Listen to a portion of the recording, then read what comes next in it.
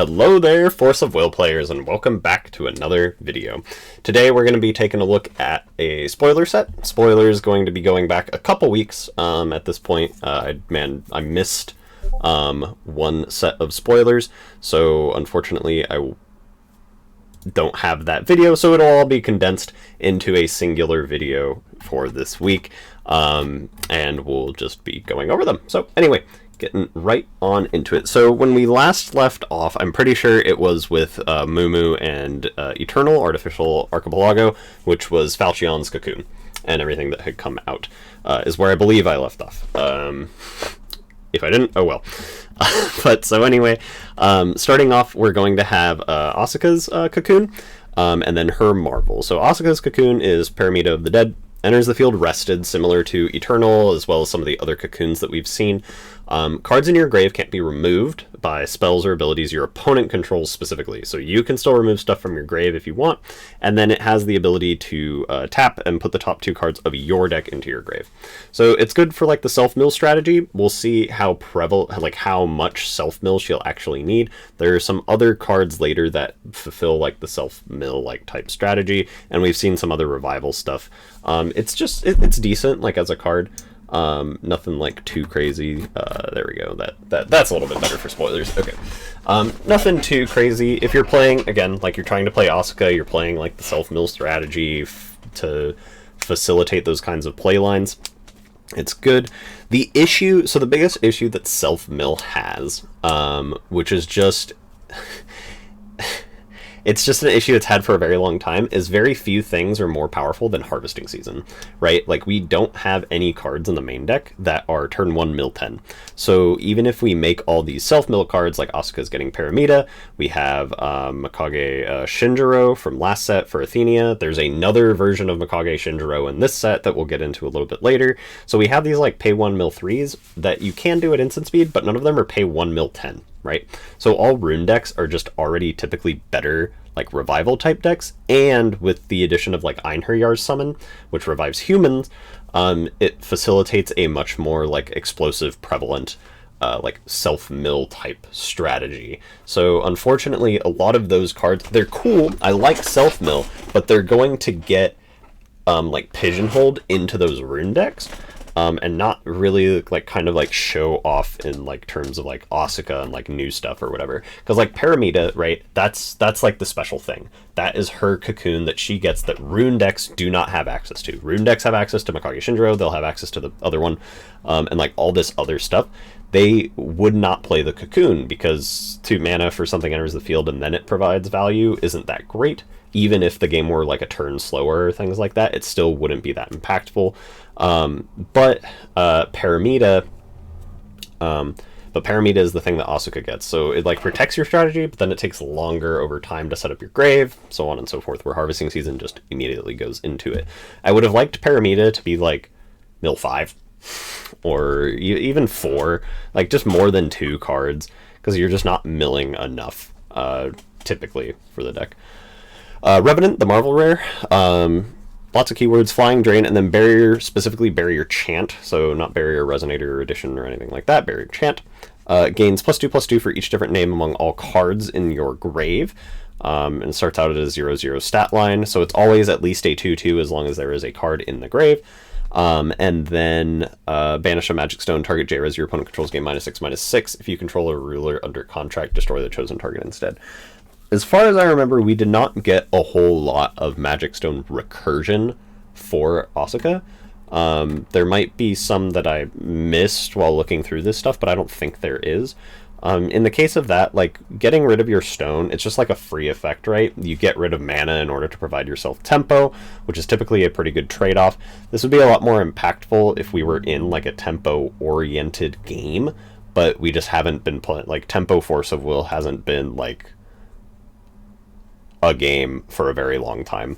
So like it's good to see cards like this. If in the future we move in that direction, it'll be a lot better, but in the grand scheme of things, Revenant is just kind of okay. It also doesn't have quick cast or anything like that. Also doesn't, like, it's a vampire, so you don't have access to it off of Einherjar's Summon if you're playing like the Harvesting Season stuff. So it's just kind of medium in the grand scheme of things. Raymond. This, Raymond and Phantasmal Marchair were the first instances, I believe, of us getting a bunch of God's Arts on Resonators, which is the mechanic of Aristella, right? So we've seen a bunch of light blue cards that just have God's Arts. So Raymond's, we'll start with his God's Art first. So Raymond's God's Art is you pay light and reveal Raymond from your hand, you put him into play, and then at the next end of turn, if you don't control a ruler under contract, you put Raymond on the bottom of its owner's deck, and he's a 10/10. And then when he leaves the field, you recover a ruler you control, draw a card. So the first thing with Raymond, he is a human, but he's a 3-drop human, so that's less prevalent. He does also have Quick Cast, which is very nice. He gives J Resonators you can control +2/+2 in Eternal. So in that sense, he kind of functions like Awakening of Zero, which I believe just gives your whole board Eternal. I guess a better comparison would be Shiva Enters the Game of Gods, the first mode, right? He's a light version of that on like a body. And then the for if he uses God's Art, and then when he leaves, you get to recover your J Ruler and draw a card. Very powerful for order decks, right? Like something like Zeus, where if I wanted to give my board Eternal, right, like my new 12 Olympians or whatever, I can activate Raymond's God's Art. End of the turn, I can recover my Zeus, right, and then reflip and all that good stuff, right? So very powerful effect in that sense. So it's nice for Raymond to have. The other obvious things that we've seen with Raymond, just the Aristella God's Arts in general, is how it would work with Belial. With the amount of God's Arts we're getting, I don't know, Belial might just have to be banned. We'll see. But if he doesn't get banned, interesting Belial decks might come out, right? Because we'll have many, many more God's Arts than we do currently. Just like the 2, we would get at least like 3 off of Raymond.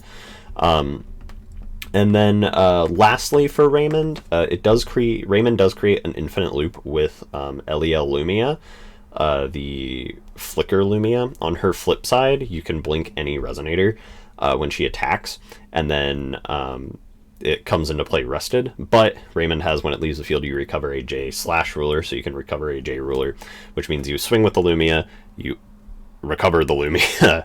When you flicker Raymond, you swing with the Lumia, you recover the Lumia, so on and so forth, right? So it just creates an infinite loop, and you draw infinitely as well.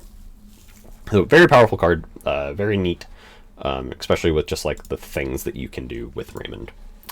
Phantasmal Marchair, light and 1, put target Resonator with total cost 1 or less your opponent controls on the bottom of its owner deck, and then God's Art to produce light or blue, or water. The removal effect to send it to bottom of deck is okay. It's, again, like a good tempo play. Like, if we were playing like a draft, this card is insane in draft, or like sealed or anything like that. Very strong, just tempo value in addition to giving you will to play into your opponent's turn. So very strong, like draft, sealed, cube card. Outside of that, it's not really great in terms of like constructed wonder play, right? Like you get a whole bunch of God's Arts, sure, you have all the stuff to like reuse them, so on and so forth, but just producing the will isn't that prevalent for what you're trying to do. Like having extra will is nice, but still like paying 1 for this effectively, right, because of the free will. To play a 6/6 at sorcery speed to bottom deck a 1 or less isn't going to be very good in a whole lot of games, right? Especially if you're like playing against Zeus and you bottom deck an Olympian. Yikes. Seems kind of yikes. But yeah. John. So John, there's John and Cecilia. I'll kind of talk about them in tandem, and then I'll talk about Angelic Battle Barrier. So John and Cecilia are the light and red version for the Solaris like deck, the token deck, right? So John and Cecilia both have, whenever a token is put into a grave from the field, they get an effect. So Cecilia gains +2/+2 in swiftness. John gets eternal and 2 +1/+1 counters. So John grows infinitely. Cecilia just grows infinitely over a period of turns. Cecilia is just all in on a single turn. And then if you have a ruler under contract, they both become 10/10s with flying, and then John also gets drain. When John enters play, John also has precision, or they both have precision, I guess. When John enters play, you get 2+1/+1 counters on a Resonator token that you control, and when Cecilia enters play, you destroy a token your opponent controls, and if you do, draw 2, discard 1, right? So with the Cocoon, that gives you a token and your opponent a token, it makes your turn, I mean, 1 play if you're on Energize, but typically, like, your turn 2, turn 1 on Energize play, really powerful. Well, I guess, no, it would be turn 2. You would have to go, because you skip your recovery phase, so you would have to go first. So if you go first, it makes your turn 2 very strong, because you can tap your addition to give yourself a token, give your opponent a token, and then you have your 2 will, you play Jean, you make your token a 6/6, and then you can play Cecilia, destroy the token you've given your opponent, draw 2, and then discard 1 to replace the Cecilia, so you only go down 1 in card value. But now your board has, if you do the Cecilia first, or no, you would do the Jean first. So you do the Jean first, and then you do the Cecilia, and then your Jean would be 6/6 on the following turn, and your Cecilia is a 6/6 that can attack then. So it just gives you this, like, really good swarm, like token swarm type effect, which I think is what that deck is trying to go for. How good and how aggressive it can be, we'll see. Again, tempo / like aggro type things aren't that great, just because of how efficient cancel spells currently are, in the form of, I mean, at the very bottom level, Garyon, right? And then we also have, like, Fair Spell, this is a 1 mana cancel. Zeus enters the Game of Gods is just a 1 mana cancel, just in and of itself, because of Ares. And then also, like, Persephone is technically a 1 mana cancel. So cancels are just incredibly efficient, which means playing less than super efficiently is typically not that great. But excuse me. But I'm interested to see what other stuff we get for the token-based strategy. Cecilia, I believe, is also one of the promos that we got. Spoiled. John might be the other one. I think it was, yeah, I think it was John and Cecilia were the 2 promos, the buy a box and the pre-release promo. Alright, Angelic Battle Barrier. So when this came out, a lot of people were kind of in a hubbub. There are a couple of things with Angelic Battle Barrier, from my perspective. One thing with Angelic Battle Barrier is it is the same CMC as Silmeria, right? Dance of Spirits, right? Dance of Spirits is light, same exact effect. Your opponent just can't play spells until the end of the turn. It doesn't have the free effect, and it doesn't have the draw a card if you control a ruler under contract, but those are less important. The draw a card if you control a ruler under contract, actively, I do not think matters when determining the value of this card. Like, having a ruler under contract is cool and all, but I don't think it's going to be, like, the make or break. Like, if I get to draw an extra card when I play Battle Barrier, sure. Maybe I main Battle Barrier because I'm playing contracts, so it's just easier for me to get value off of it. But the decks that this would be good in would be, like, all the, like, combo-esque decks, right? So, like, Inferno combo, but they don't play Dance of Spirits right now. Like the Almerius Mylest combo, they also don't play Dance of Spirits right now. Like, there are so many decks that would rather, instead of playing Dance of Spirits, they just play Setting the Stage of Providence, because of how efficient, like, mana and stuff is. So the thing with Battle Barrier is very good at inherently slowing down a format. The issue with that is it's weird dependent on what, like, the decks are, right? So if I play, for example, Zeus, and I'm going into GP Minnesota and suddenly I'm playing against these Mylest Almerius decks that suddenly cropped up, Angelic Battle Barrier, very strong for me, right? Like, I'm always going to have at least one. If I wasn't Zeus, like if I was like the Belial players or whatever, I would probably be siding or maining maybe 2 or 3. Just because preventing my opponent from playing more except at instant speed after they've made an excess amount of actions is like a potent effect. I do go down in card economy, whereas they might not. So that is something that is also to be taken into account. The other thing is the same mana cost as Dance of Spirits, except one is generic instead of 2 light. It is technically easier to hit, but it doesn't really matter with just how many 5 mana sources are in the game currently and that decks can play.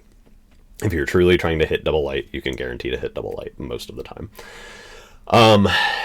I don't think this card is inherently bad for the game. I think people are in like a hubbub about it, but a lot of the times when people get mad at how the game is playing, it's because the game is being played so efficiently, and Angelic Battle Barrier directly negates games being played efficiently. Because if you start playing super efficiently, you're playing multiple cards a turn, and then if you play multiple cards a turn, Battle Barrier just becomes an efficient spell to stop the turn. The other thing with it, I mean, we haven't seen law effects in a while. Like, they're typically just related to combo decks, and again, setting the stage is just better for combo decks because it is a singular mana where all law effects are or 2 mana at least at minimum. The only exception being Atomic Turbulence. So that is my take on Angelic Battle Barrier. I think people will potentially sideboard it, like as a 3 of, maybe a 4 of, depending on what their deck is. I don't know how many decks are going to main it, and then like depending on like bans and how the format turns out, I think it's fine. Like, honestly, I think it's a fine card. If people are complaining about, like, oh, yeah, my opponent comboed off, well, this directly stops your opponent from comboing off. So, like, cool, the format's solved for you. Purging Flames. Red and 2, you may play this card without paying its cost if a Resonator you controlled was put into the grave from the field this turn. Destroy target J Resonator that dealt damage to you or a J Resonator you controlled this turn. This card's really bad. Again, this is like really good, and this is better in sealed because it trades 1 for 1. But typically the issue is you play it for free if a Resonator you control died, but in tempo-oriented games you don't want your stuff to die, so you would rather be playing things that cause your stuff to live rather than deal with things reliant on your stuff dying, right? Does that make sense? It's interesting in decks that like revolve around, oh, I did not mean to do that. It'd be interested in decks revolving around like Incarnation, right? Like with Cthulhu's or like other things like that. Or like if we see other Cecilia effects where like you destroy tokens to generate value or things like your own stuff. Then potentially the other issue is the conditional. The card has to have dealt damage, which means that like it either has to fight or it has to be your opponent's turn or anything like that. So Purging Flames, not a great card. I don't think a lot of people will see it. Well, I don't think it'll see a lot of play. Pillar of Flame. Singular red. Deals 600 damage to your opponent or target J Resonator your opponent controls. Better Thunder. Now he can play like 8 million Thunders and 4 Better Thunders. This card deals, and we also have One-Eyed Dragon down here, which is 0 mana, takes 6, deals 6. We're getting there. We almost have the burn deck. We almost have red deck wins. This card deals 1,000 damage to target J Resonator you control. If the chosen target wouldn't be destroyed by that damage, you put 2+1/+1 counters on it and then draw a card. And then it has Mastery with Leowolf, which is right next to it, which we'll talk about in a second. So it's just strictly Better Thunder.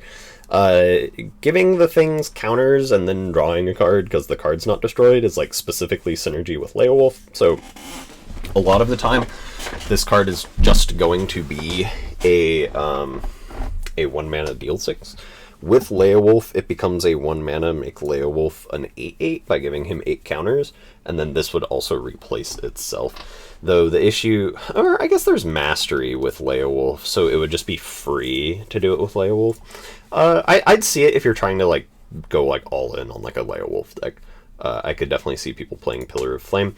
The Mastery tag on it really is what just like makes it playable, like puts it into that area. But we'll just go straight into Leowolf. So Leowolf is a singular red. If it would be destroyed, remove all damage from it and put 2+1/+1 counters on it instead. And as long as there are 5 or less +1/+1 counters on this card, this effect is applied only once per turn. And then you can pay red to deal X to target player J-Res, where X is the number of counters on him. Play it only once per turn.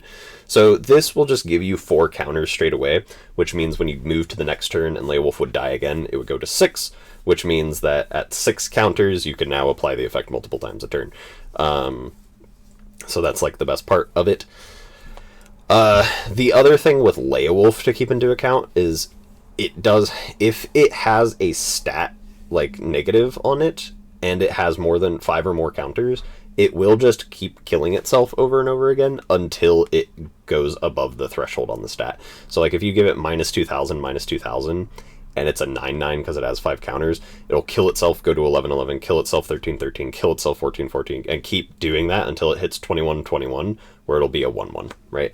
And then, because you can just pay red because you're reliant on the number of counters, you would have 1,700 counters on it, or 1,700, 17 counters on it at that point, 17 1/1 counters, and then you would deal 1,700 damage with each ping. So those are interesting little, like, implications that Leia has. Potentially could be cool to use or work with. Phantom of the Water Moon, another God's Art. A singular blue 0/0 gains +2/+2 for each moon protection ruler or entity you control. So it counts itself, so it's always a 2/2. And then your moon protection would be the, like, fairies, the moon children. I think all of them are moon protection. I need to know. I need to know. Moon protection, moon protection, moon protection. Yeah, it looks like they're all moon protection.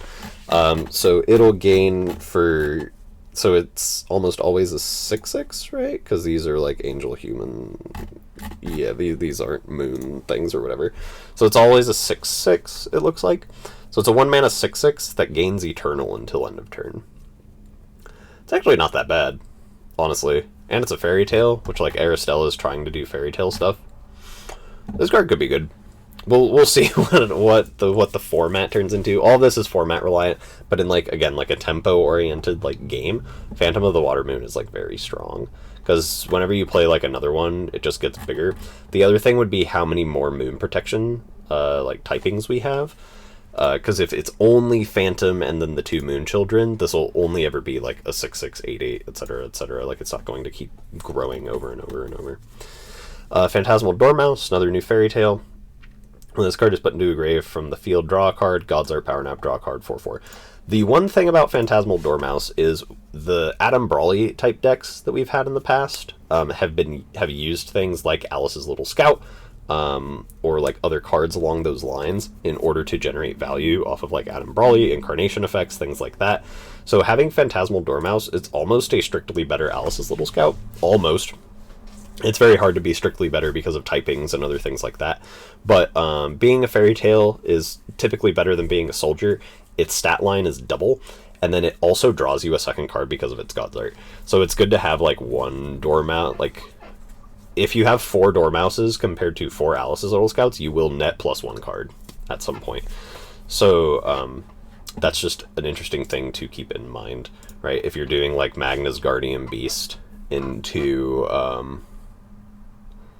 Phantasmal Dormouse, and then some other thing, and then Adam Brawley, and so on and so forth, right? The other thing is all of the older rulers with, or not rulers, cards with the Awakening, Rest a Recovered J-Ruler you control. Those become a lot more powerful with the Moon Children, because you have 3 rulers. So, and because instead of, like, Order, right, where Order required the card to be recovered in order to order it, you don't need the card to be recovered in order to contract. So it'll be interesting where those kinds of decks go with, like, Shahrazad, etc., etc. But very, very neat. I like this card. Good in Belial. blue Belial. Mikey. So Mikey is also quite interesting. First thing to note, every 2-drop, it's a human, which matters for Einherjar Summon. Blue and 1, human, enter, put a token copy of an edition you control into the field. You can rest a recovered edition to give Mikey +2/+2, rest a recovered edition to put a card from a grave to the bottom of the deck, and then rest 2 recovered editions to recover Mikey. And then I guess we can talk about Mikey's enormous task. Quick cast, draw a card, recover a stone you control, and you can mastery on Mikey, right? So very powerful because Mikey's enormous task is technically free when you play Mikey, because you get a token copy of whatever edition that you have, and then you can rest both of those editions to recover Mikey. So you do 1 Mikey enormous task. So you play Mikey, you get your second edition, you rest Mikey to play Mikey's enormous task. You draw a card, you recover a stone, you rest 2 editions, you untap Mikey. You then play another enormous task, right? You draw a second card, you recover a second stone, and you basically play Mikey for free, right? So that is one way to think about it. The additions that are good to make a copy of, right? Alice's World, the classics, take an extra turn type stuff. The interesting thing about Mikey is copying the cocoons, right? So Aristella's cocoon is probably the most prevalent one to copy. There we are. Great Wall. Because you do draw a card, gives you barrier, and it also helps prevent damage, right? And it doesn't come into play rested. Other things would be interested to like copy, like all of them would technically be interesting to copy. More mills, more all that stuff, right? More tokens, like it synergizes really well. So Mikey is very like a very cool card to work with all of those like additions, the cocoons, so on and so forth. Also very potentially very strong in Zeus, gives you access to a second Mount Olympus. So interesting stuff there. Justice cards. So Justice has Justice Punch, which has Mastery Justice. And then Mastery Justice, a singular green quick cast. This deals X damage to target J-Res your opponent controls, where X is the highest attack among J-Reses you control. And then if Justice Punch would deal more damage than the target's capacity, it deals the rest to your opponent. And then if you have a ruler under contract, you draw a card. So not only does it replace itself, it also goes face. So it's, if you think about Justice, right? So if we think about Justice, it gains Eternal and Barrier as long as Justice is recovered. And when you play a chant, you can recover Justice if it was the first. He gets 4 +1/+1 counters if it's the second. You recover 2 stones if it's the third. And you cancel a bunch of shit if it's the fourth. And you don't get anything after that. So with something like Justice Punch, let's say you've played no chance this turn, like it's the start of your turn, and you swing in with Justice, and your opponent attempts to block, you can Justice Punch in response, right? And then that will recover your Justice, and then draw you a card. And then, so your Justice is not only recovered, it's still attacking. And if you play a second chant, right, some other random quick cast chant, you'd give Justice +4/+4. So Justice is now a 10/10, which will kill most things in the game. So your Justice Punch that you played for, you could play for free, I guess. It would have to, the ordering would have to be a little bit different. But like you just play it, you can recover, and then the Justice Punch will kill the thing that's blocking. You'll deal excess damage, so you'll deal Justice's attack, like, or whatever excess damage of Justice to the opponent. You'll draw a card off the Justice Punch, and then you'll deal another 10, and your Justice will be recovered to potentially play another chant, or attack again, or anything like that, right? So Justice Punch is very powerful for the deck, just functioning as like a removal spell, in addition to also drawing a card.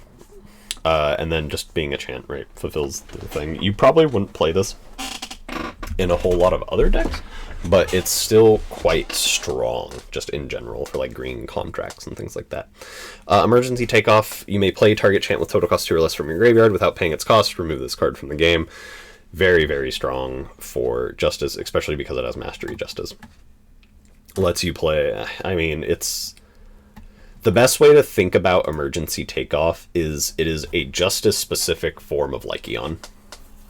But it's not like reusable turn after turn, right? And the card would have to be in your grave already.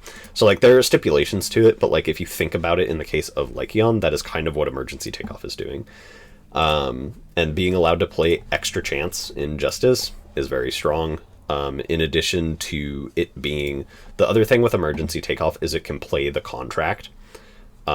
Which, I mean, playing 8 copies of your contract as opposed to 4, especially when Justice is so J-Ruler centric, very, very strong, very powerful. So, yeah, very, very good.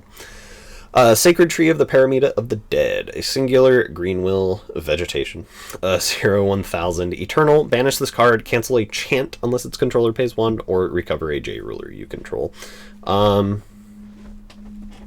Maybe you play this in Justice for the recovery effect because of how many things we've seen with like Mastery Justice. There might be more.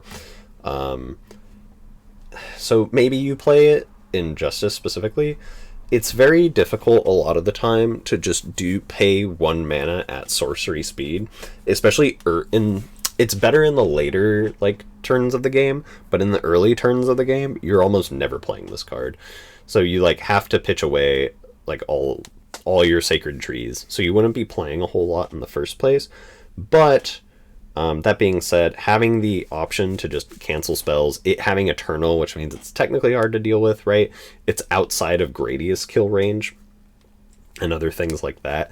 So Sacred Tree could potentially be quite strong in like a justice-based strategy.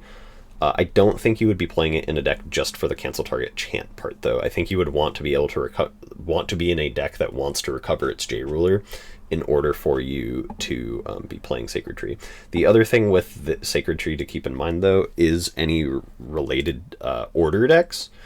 Because if you have any tap effects related to your card that you are ordering, Sacred Tree allows you to use them multiple times. So that is something to keep into account. Death Speaker Monk. This is like Mikage Shinjiro 2.0, but it doesn't lock you into tails. It's also not darkness, which is relevant.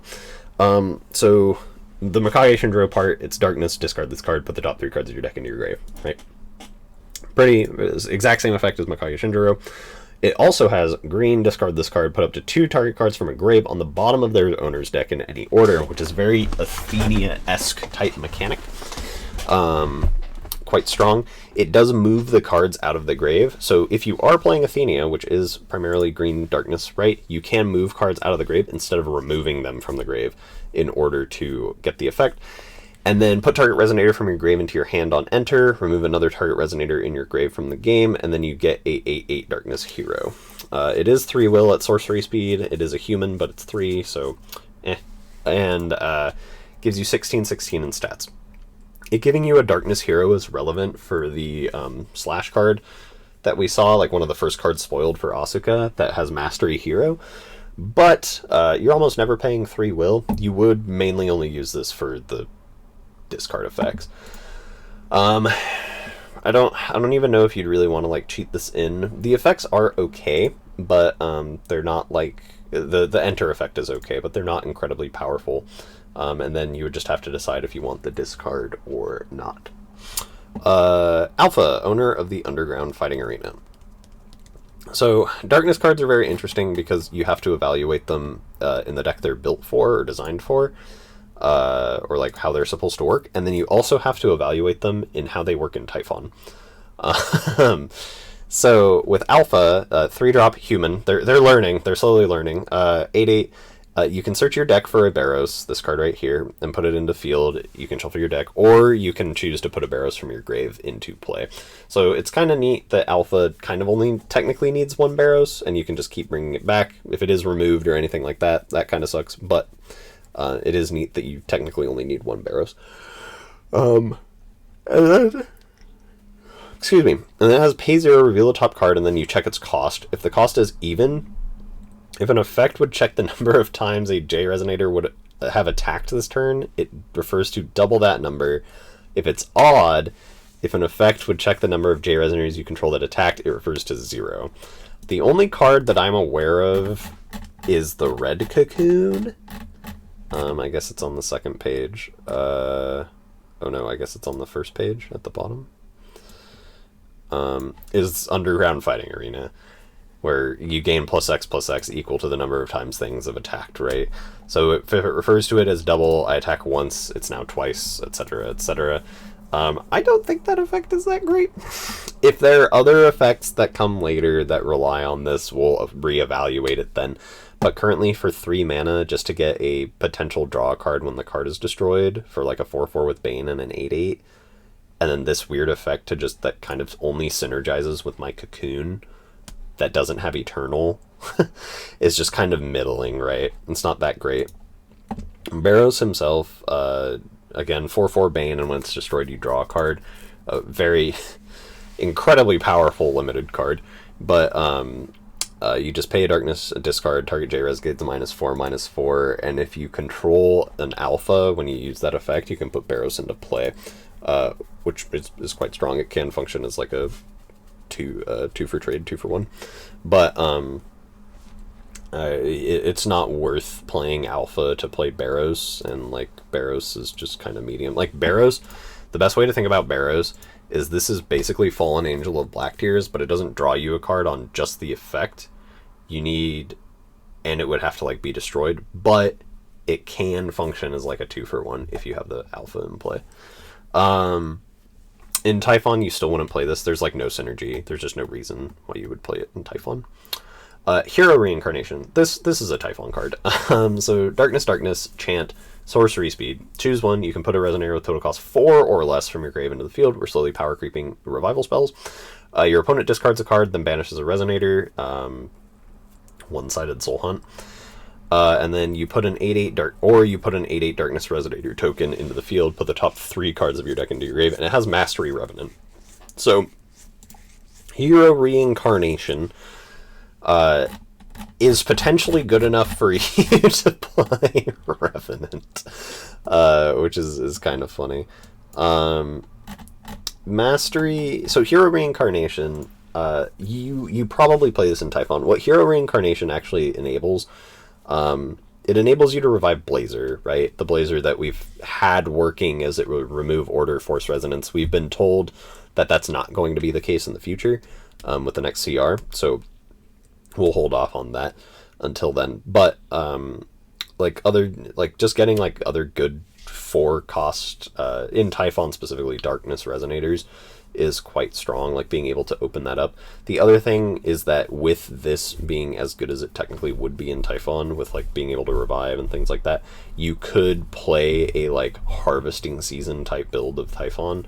I don't know how good it would be, but it does open up that option because you're now you have access to 4 drops or less instead of being like Command of Life and Death or Abhorrent Revival, which technically drop you into like the 3-cost or less area. It having other options is also quite strong. The 8/8 Darkness Hero Resonator and the top 3 cards being an option is also quite interesting, partially due to the fact of, again, the sword that does -2000, draw a card if played with Mastery, which requires a hero to play with Mastery. So, it facilitates like the mill strategy, right? So I think a lot of the times you're going to see like Hero Reincarnation do that portion of the effect for like the mill type decks, but the revival effect, right, for like Hades, if we're talking like Tails or other things, and it's not limited to Darkness, right? Like you can play other 4-drops, but those are like thinking of it from a Typhon perspective, those are like the good ones that first come to mind. I'd have to go through like the rest and see what other 4-drops or whatever we have that are playable. But very, very good card. Very good card. Adventure of Narrow Valley. It's a human. It's a 2-drop. Oh no. 600, 700, pay 400. This card gains Swiftness, Precision, First Strike, or Bane until end of turn. I kind of like this card. I kind of fuck with this, but I'd have to see it, because like if you pay 400, give it Swiftness, punch, and then your opponent's like, I'm gonna attack it, and you're like, pay 400, give it Bane, right? Like you technically are down 200 life, but you trade 1 for 1. I don't know if this probably isn't what you're trying to revive off of Einherjar Summon. I believe there are better options, but it is like just an interesting card. And then Ein's cards, the 3 Wise Men, 3 mana Gears, 3 just void, quick cast, enter, draw a card, recover a ruler you control. That's kind of interesting. I guess for like Mastery, right? For like Mastery stuff. Recover a ruler you control, and then produce 3 on a 6/6. Kind of really funny.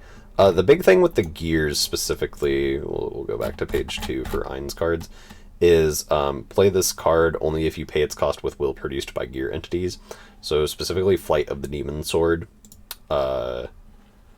is playable off of 3 Wise Men, and so far I think only 3 Wise Men. So we'll see. The thing with Ein's, right, is at the beginning of your turn you may reveal a light, fire, water, wind, or darkness gears you own from outside the game. We don't know what any of those are yet, so we still have to kind of like hold back on what that could be. Having the 7 or more gears with different names, right? So like 3 Wise Men being a Gears, Typhon this edition being a Gears, this Resonator being a Gears. Like we have a lot more Gears than I potentially thought we were going to have, which makes Flight a much better card. It also just destroying like any entity besides stones, right? Obviously quite strong, and then its contract would be very powerful too. And then the Solaris edition, Outer Space, is just like probably the most powerful like Cocoon / Solaris starting thing that we've had so far, just because of specifically with how it functions with Revolution Order. But 3 Wise Men, quite strong, especially if there's going to be a way to like cheat it into play somehow, which I'm sure there will be. Satellite Shield of Solaris, Resonator Gears. Quick cast, discard this card, target Gears J-Res gains +0/+1000, right? So you can make this a 0/1600. Since this counts, oh no, this is field and outside the game. This isn't public zones, so this wouldn't count grave. So you would have to have stuff in the field, so it wouldn't count ions either. Interesting. That's actually interesting that's how that works. I have to save my opinion on this card. It doesn't draw a card or anything like that, and it's just a 0/8, so I need to see what else functions with Gears before I make like an actual decision on that. Typhon Asteroid Cluster. This card enters the field with 4 multiplied by X +1/+1 counters on it. Very good for like Deus Ex Machina, random shit. Remove 4 +1/+1 counters from this card, and then you choose one. Play this ability only once per turn. You deal 400 to a player, or J-Res, okay. Put 4 +1/+1 counters on target Gears entity, or put a 4/4 Gears Resonator token with no attribute into the field.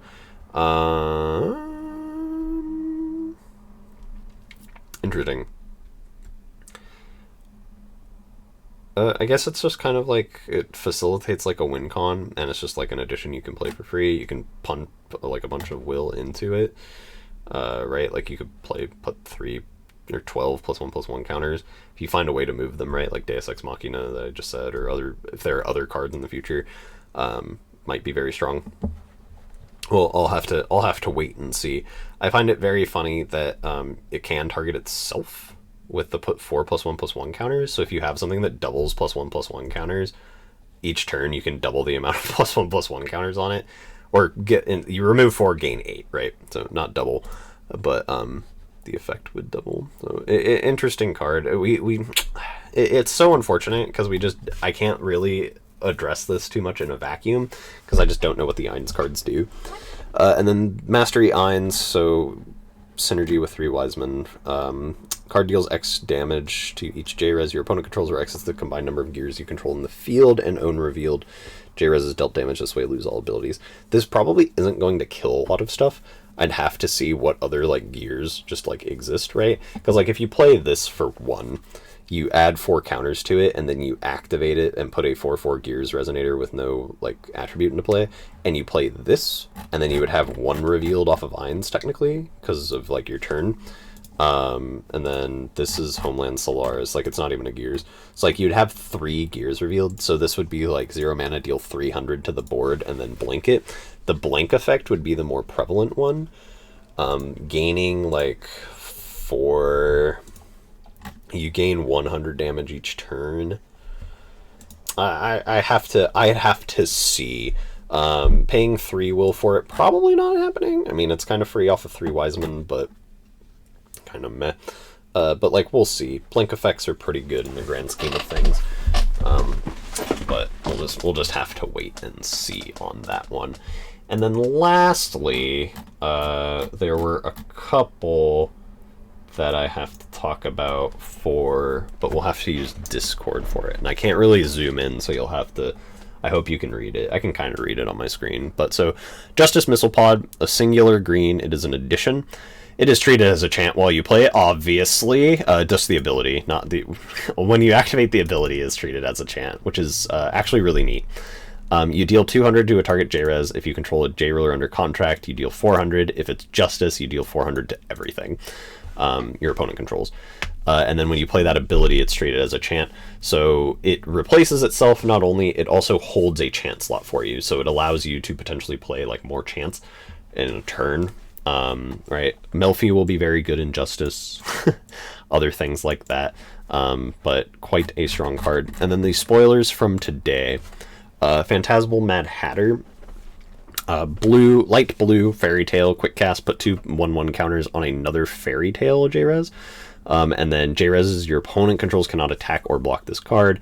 And then return a God Art to return a Resonator to its owner's hand. And then remove all cards your opponent's grave from the game. Quite a powerful effect, actually. And it being a 2/2 for 7/7. Or a 2/2 for 7/7. A 7/7 for 2 will. quite strong. Buffing other things also quite strong, right? Like the moon protection entity that we saw earlier, being able to buff that up, and then your opponent being unable to kind of really deal with this outside of specifically needing spells for it is quite powerful. So we're kind of seeing like this fairy tale strategy get more buffed up. And then Knight of the Phantom Moon, same mana cost, blue light, quick cast, recover up to 2 fairy tale target fairy tale J-reses. They gain +2/+2. Allows you to kind of push for like extra lethal or things like that. Or if we have any fairy tales that have like an on attack effect, you can proc those more. And then it has Mastery Fairy Tale, so it's kind of free. The interesting thing about the Mastery Fairy Tale is you can tap one of your fairy tales that you have like in play and then recover it and give it +2/+2. So you give your board, you give 2 things effectively, you buff 4/4 effectively, and then if you get to attack twice, it's 8/8. If you had to tap one of them, it's 6, so on and so forth, right? But if you just have a fairy tale J-ruler, or ruler, not J-ruler, fairy tale ruler in the first place, you can just recover that as well. So interesting, a lot of fairy tale support coming out with the Aristella stuff, which is very nice to see. We'll see what else comes out, but fairy tales haven't been like super fantastic as an archetype since like Grimm. Like we've had like Captain Hook and other, like we've had good fairy tales, but we haven't had like fairy tales as their inherent like own race, like tribal archetype for a while. So it would be neat to see that happen again. But anyway, that is the spoilers for the past 2 weeks. Again, this video is going to be a little bit longer because unfortunately I didn't do them the previous week, but I should be doing them week to week until we finally get the whole set and everything else. But thank you all so much for watching. Hope you have a great rest of your day. Bye bye.